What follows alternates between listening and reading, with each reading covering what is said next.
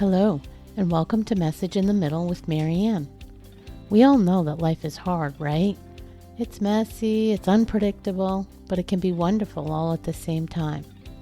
My hope is that we can take a deep dive into self-development topics and explore life's lessons through book clubs, conversations, and interviews.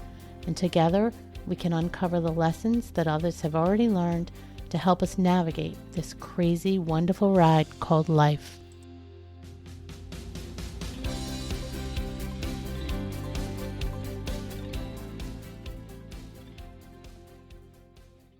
Hello and welcome to Message in the Middle. I'm your host, Marianne, and before we jump right into today's solo episode, I just want to take a minute to welcome the new listeners that have begun to follow the show. We have new listeners from the UK, from Australia, California, Missouri, Massachusetts, Ohio, and I just want to say, hey, I see you out there. I appreciate you listening. I know that time is a commodity that most of us don't have enough of, and I really appreciate you being here. And I encourage you to reach out with feedback, good or bad. Let me know if there's something that resonates with you or if you have a topic of interest. And please, please, please, if there's anyone you know that might enjoy the show, share it. It's the number one best way for a show to grow, and it would mean the world to me if you think it's good enough to share with a friend. I also want to encourage you that if you're not already in the Message in the Middle Facebook community, grab the link down in the show notes and come on over and join us. It's such a supportive community, very uplifting. Topics are thrown out daily. We have monthly community get-togethers, which are free, and everybody's welcome to drop in on if you want to. There is nothing formal about it. It's very informal, just a place to connect, throw out ideas, bounce ideas off each other, share goals, trials, tribulations. Again, just a safe place to form some community and connect with other people who have some of the same things on their minds. So give it a try. Connect with us in that community, and I hope to see you there. Okay, so let's jump in. Today I want to talk to you about something that's been weighing on my heart for about a month or so, and I just keep getting signs that I need to put it out there and just talk on this. And I don't think it'll be a long episode, but it's one that feels important enough that I remind you of the topic. And what I want to talk to you about is the special bond that some of us were lucky enough to have when we were growing up with our cousins. For most of us, even though we love all of our cousins, there often was one or two cousins that really stood out, who we spent more time with, who we clicked with the most, who we've shared some of our most significant memories with. For me, there were two. One who I was close to from a very early age through high school, and another who I got really close to, but mostly during the high school years. And that became a treasured best friend as well at that time. The one that really prompted me to talk about this subject, though, is the one I really had the special bond with from a very early age. I can remember spending weekend after weekend at my grandmother's summer beach house from the time we were elementary school kids, young kids, maybe 6 or 7 is probably my first memory, right up through our early teens. We were thick as thieves. I mean, inseparable whenever we would get together or the family would come together. And even though there were siblings and other cousins often around at these big family events that we would see each other at, somehow we always managed to find a way to kind of sneak off and just have our own special time together. We'd play in the backyard for hours and hours, and there were sack races and kite flying and swimming at the beach, freeze tag. We'd do things just as silly as gathering pine cones. And we could do that for hours. We'd have a blast when our grandparents would take us to the amusement park together. And then we'd crash at night in one of the rooms with bunk beds and just whisper stories all night of friends back home and eventually tell tales of our first crushes and first kisses. Those memories are some of my strongest childhood memories, even to this day, 40 some odd years later. I can remember things like walking around the neighborhood, and I can clearly see it and feel it like I was there right now, even, 40 years later or more than 40 years later. And I can see the houses, and There was this one particular house in the corner, like probably, I don't know, 3 blocks away. And we were convinced it was a haunted house. It was an older looking house and it had tons of windows and multiple stories. It wasn't like the rest of the little beach houses in the area. And we were convinced that that house was haunted. And we'd walk by it and we'd peek in the windows and we were convinced we could hear ghosts talking or looking out at us. And then we'd run away scaring ourselves. And I can remember it clear as day. I can also remember clear as day a memory of walking around on those same streets in our hula skirts and coconut bras. We were probably, I don't know, maybe 9 years old. And our grandparents had gone to Hawaii and brought these back for us. And we just thought we were the cat's meow walking those streets.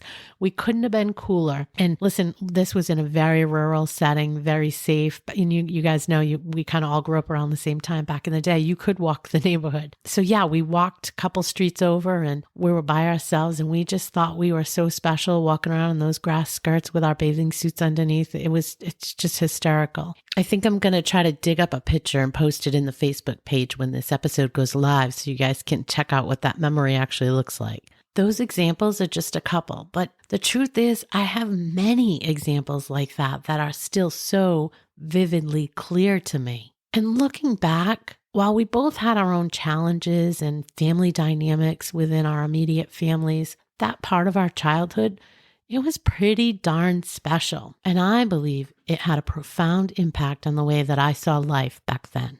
And for those of you lucky enough to be tracking to what I'm saying and kind of can relate to it, who either experienced this type of thing firsthand or maybe saw it play out with your own children, I'm sure you'd agree that that relationship between cousins who are also best friends, it's different than any other. Cousins like that share a deep, lifelong connection that's built on a foundation of family love and trust, and the bond's unique because it's a blend of shared experiences, unconditional love, and support. And unlike friendships formed with non-relatives, cousin best friends often have the added dimension of shared family history and traditions, and that makes it even more special. And if you're like me and you had a cousin who was also a best friend, you may have navigated childhood together. And if so, you likely have those same similar deep memories filled with laughter and mischief and shared experiences. And whether that was shared summer vacations or quality time at family gatherings, those experiences most definitely helped shape the bond between cousins, create lasting memories that still feel so close, like they just happened. And they also helped shape who we would become as we were growing up. And if you were really lucky, those trusted best friend cousins became your trusted confidants who provide support and understanding during times of joy and adversity. It's really a bond like no other and just creates this sense of trust and belonging that honestly, it's sometimes hard to replicate. But unfortunately, sometimes life gets in the way as we get older. We get busy and some of us go to college or we get jobs or we're building families, and some of us might move away. Grandparents and even parents who once were the common meeting point, maybe they no longer are with us. And so there's less and less extended family events, less and less time where we're kind of pulled together. And so eventually spending time together often becomes a rarity. I don't think that story is unique. I think many of us who grew up in the same generation have a very similar story of childhood cousin who was also one of your best friends. And maybe you don't get to spend much time with that person anymore. I know that was the case for me. The thing is, now that life is in a place where you're starting to make time for yourself and spend more time with people and activities that bring you joy, I wanted to come on here and remind you how important that cousin was to you in your early years and how critical they were in your upbringing, how much fun you had together, and how those memories still feel so close to you. And if you can relate to this and you had a similar type experience, I just want to urge you, if you've lost that connection, reach out via text, social media, or a phone call if you don't live close to one another. catch up on each other's lives. And if you live close by, plan a lunch or coffee date or explore a new activity together. As someone who just reconnected with my cousin best friend and who's now meeting her for lunch every other month, I cannot tell you how much fun this can be. And it's so easy to slide right back into that connection you once had. I hear from so many people that struggle with building or keeping adult friendships going, especially if you have children, because we as parents often become friends with our children's friends' parents, and we spend a lot of years doing things together as the children are growing up. But once those children are grown, we typically don't have anything in common with those parents, and oftentimes those relationships will fall to the side. And it can cause us to feel this hole with friendships. And I just want to remind you that if you're lucky enough to have a cousin best friend or grew up with a cousin best friend, don't overlook the potential of putting time and effort into that relationship now as an adult.